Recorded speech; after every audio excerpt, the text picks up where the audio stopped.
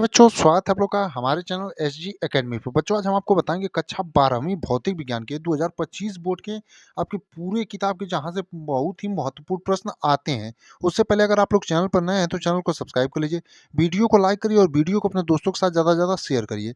अब आइए देखते हैं कौन कौन से महत्वपूर्ण प्रश्न है जहाँ से आपके क्वेश्चन जो है पूछे जाएंगे। तो पहले आप देखेंगे प्रमुख नियम, यानी कि आपके बोर्ड एग्जाम में जो है यही नियम जो है आएंगे। जैसे पहला आपको तैयार करना है कूलाम का नियम, यानी कि कूलाम का नियम जो है ये बहुत ही ज़्यादा इंपॉर्टेंट है आपके बोर्ड एग्जाम 2025 के दृष्टिकोण से। अगला आपको तैयार करना है गॉस का नियम, यानी कि ये जो आपको सातों नियम दिख रहे होंगे, ये सातों नियम आपके लिए बहुत ही ज़्यादा महत्वपूर्ण है। तो तीसरा आपको तैयार करना है ओम का नियम, यानी कि आपको नियम में ये सात तैयार करना है। जैसे पहला कूलाम का नियम, दूसरा गॉस का नियम, तीसरा ओम का नियम, चौथा आपका किरचॉफ का नियम। अब किरचॉफ के दो नियम होते हैं। पांचवा है एम्पियर का परिपथी नियम, छठा है बायो-सेवर्ट का नियम और सातवां है आइंस्टीन का प्रकाश विद्युत समीकरण। तो आपको प्रमुख नियम जो हमने बताए, यानी कि प्रमुख नियम और सात नियम अगर आप ये तैयार कर लेते हैं तो आपके नियम वाले जो क्वेश्चन आपके यूपी बोर्ड एग्जाम 2025 में पूछेंगे, आप एकदम 100% यहीं से आएंगे। क्योंकि नियम जो है यही आपके साथ जो है हर साल लगातार पूछे जाते हैं। तो आपसे रिक्वेस्ट है कि आप लोग ये सातों जो नियम है इसे बढ़िया से तैयार करिएगा। अब अगला देखते हैं महत्वपूर्ण आपके सैद्धांतिक प्रश्न, यानी कि जो सैद्धांतिक प्रश्न पूछते हैं उसमें कौन कौन से प्रश्न जो है आपके पूछे जाते हैं। तो पहला इसमें पूछा जाता है प्रत्यावर्ती धारा जनित्र डायनेमो का सिद्धांत और कार्यविधि, यानी आपका जो प्रत्यावर्ती धारा जनित्र डायनेमो होता है उसका सिद्धांत और कार्यविधि आपसे पूछा जाता है।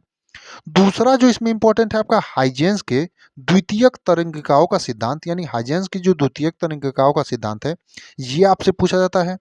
तीसरा है रदरफोर्ड का परमाणु मॉडल व कमियां, यानी जो रदरफोर्ड का परमाणु मॉडल है उसकी विशेषता और कमियां कौन कौन सी है।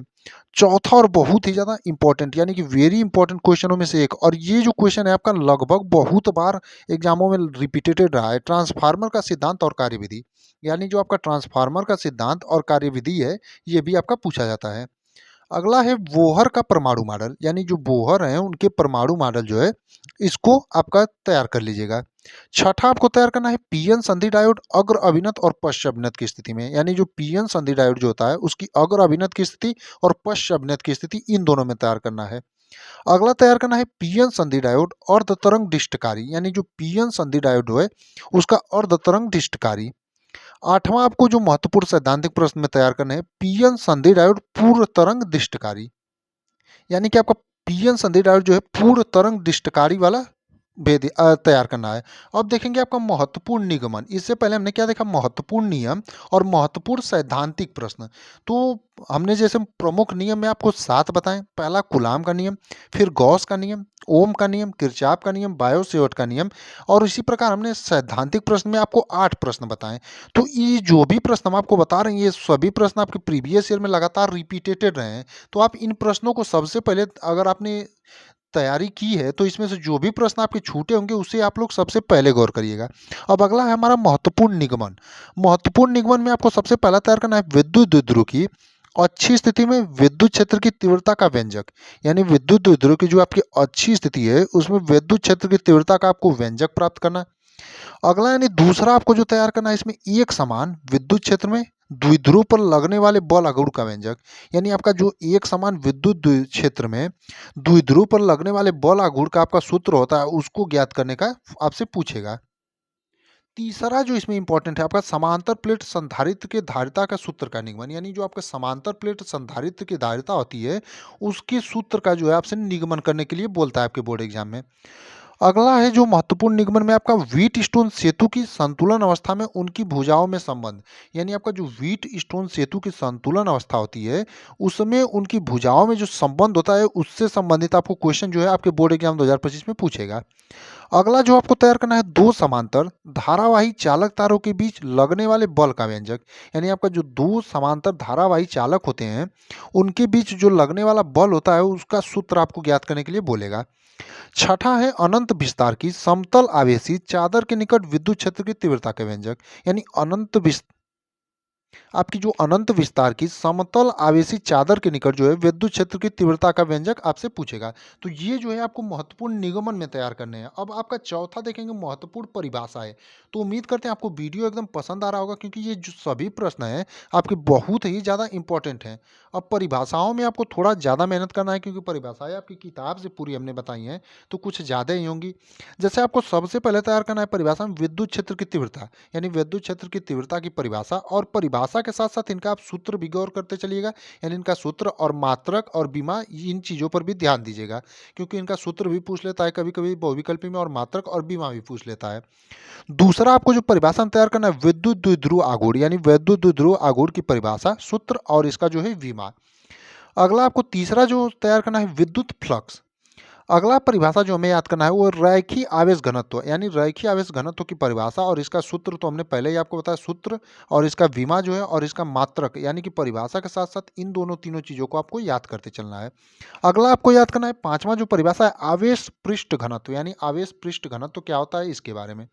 अब छठा देखेंगे विद्युत विभव की परिभाषा। उसके बाद अगला आपको तैयार करना है इलेक्ट्रॉन वोल्ट की परिभाषा। आठवें नंबर पर आपको तैयार करना है विभव प्रवणता क्या होता है, यानी विभव प्रवणता को परिभाषित कीजिए, या फिर विभव प्रवणता क्या होता है इसके बारे में आपसे पूछ सकता है। अगला आपको तैयार करना है गतिशीलता। तो अब गतिशीलता से आपका न्यूमेरिकल भी बनता है, तो यहाँ पर जो है आपको इसका फॉर्मूला एकदम बढ़िया से तैयार करना है। अगला आपको विशिष्ट प्रतिरोध तैयार करना है। 11वें नंबर पर आपको एम्पियर का परिपथी नियम। अब एम्पियर का परिपथी नियम जो है इसकी आप परिभाषा ना देखेंगे तो आपको याद होगा कि हमने जो पहले नियम बताया था उसी में आपको बोला था एम्पियर का परिपथी नियम जो है बहुत ही ज़्यादा इंपॉर्टेंट है। तो यहीं से आपका वो भी तैयार हो जाएगा या वहाँ से ये तैयार हो जाएगा। अब अगला आपको तैयार करना है जो परिभाषा चुंबकीय द्विध्रुव आघूर्ण की परिभाषा, यानी चुंबकीय द्विध्रुव आघूर्ण की परिभाषा। उसके बाद विद्युत चुंबकीय प्रेरण के बारे में। अब इसका जो ये जो चारों है आपकी विद्युत चुंबकीय प्रेरण, स्व प्रेरण गुणांक और अन्योन्य प्रेरण गुणांक, इनका जो है परिभाषा के साथ साथ थोड़ा मोड़ा इनके बारे में पढ़ जाइएगा, और इनका जो डेरिवेशन होता है यानी कि निगमन, उसको भी आप पढ़ जाइएगा, क्योंकि इसको हमने डेरिवेशन में नहीं ऐड किया था। तो ये जो है आपको इनको भी आपको स्व प्रेरण गुणांक और अन्योन्य प्रेरण गुणांक, इसको भी आपको एकदम बढ़िया से इनकी परिभाषा और इनसे कुछ टॉपिक है उनको बढ़िया से पढ़िएगा। अब अगला देखते हैं अपनी परिभाषा। तो अगली परिभाषा है अनुनादी आवृत्ति, यानी अनुनादी आवृत्ति के बारे में आपको पढ़ना है। विद्युत चुंबकीय तरंग, तो विद्युत चुंबकीय तरंग की परिभाषा आपको ज्ञात करना है। अगला है प्रकाश का परावर्तन। अब प्रकाश का परावर्तन तो आपको एकदम बढ़िया से तैयार कर जाना है। अगला है संयुग्मी फोकस। अब संयुग्मी फोकस क्या होता है इसको आपको तैयार करना है। प्रकाश का अपवर्तन और रेखीय आवर्धन, ये जो दोनों क्वेश्चन है ये वेरी इंपॉर्टेंट क्वेश्चनों में से एक है, और यहाँ से जो है रेखीय आवर्धन से आपका न्यूमेरिकल भी पूछता है, तो इसका फॉर्मूला तो आपको एकदम बढ़िया से तैयार करना है। 22वें नंबर की जो हमारी परिभाषा है क्रांतिक कोण, यानी कि क्रांतिक कोण की भी परिभाषा आपको तैयार कर जानी है। अगला है पूर्ण आंतरिक परावर्तन। तो इसमें टोटल आपके कुल कितने परिभाषा है, 30 परिभाषा है। तो पूर्ण आंतरिक परिवर्तन के बाद आपको तैयार करना है कोणीय विक्षेपण की परिभाषा। उसके बाद वर्ण विक्षेपण क्षमता की परिभाषा। 26 नंबर पर आपका अल्तम विचलन कोण की परिभाषा।